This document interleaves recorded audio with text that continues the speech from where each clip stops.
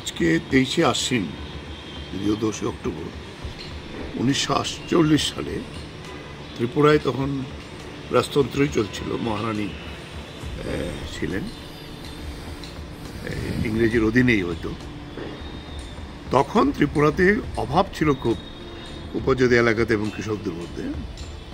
বিভিন্ন জায়গার যারা মহাজন, তারা এই অভাবের সময়তে দাদন দিতেন।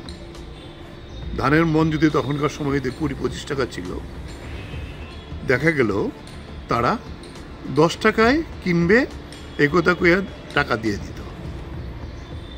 এইভাবে দাদন দিতেন। কিন্তু যেভাবে অভাব ছিল, কৃষকরা যখন সংগঠিত হয়েছে, তখন গণমুক্তি পরিষদের মূল কৃষক সংগঠন এর প্রতিবাদ করলো যে না, এইভাবে আমরা দেব না, উচিত দামে নিতে হবে। তখন তো মহাজন আর দাম পাবে না। বিশালগড়ের মহাজন হরি সাহা একজন সরকারি আধিকারিককে নিয়ে এটা মীমাংসা করলেন যে তোমরা আমাকে ধান দাও, আমি মোটামুটি উচিত দামই দেব। এই কথা বলে তারা ধান নিয়ে এসেছে, তারিখ ঠিক হয়েছে।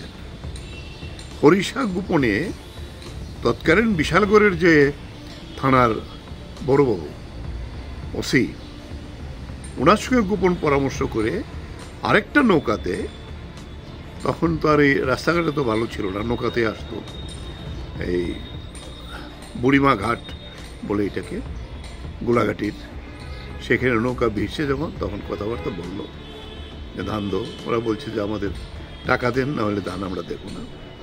এই নিয়ে কথা কাটাকাটি হচ্ছে। এই সময়তেই আরেকটা নৌকাতে লুকিয়ে থাকা যে পুলিশ তখন গুলি করে ওইখানে জায়গাতেই 13 জন প্রচণ্ড আহত হয়েছিল। পরে তারা মারা গেছেন, এমনকি চিকিৎসারও সুযোগ ছিল না।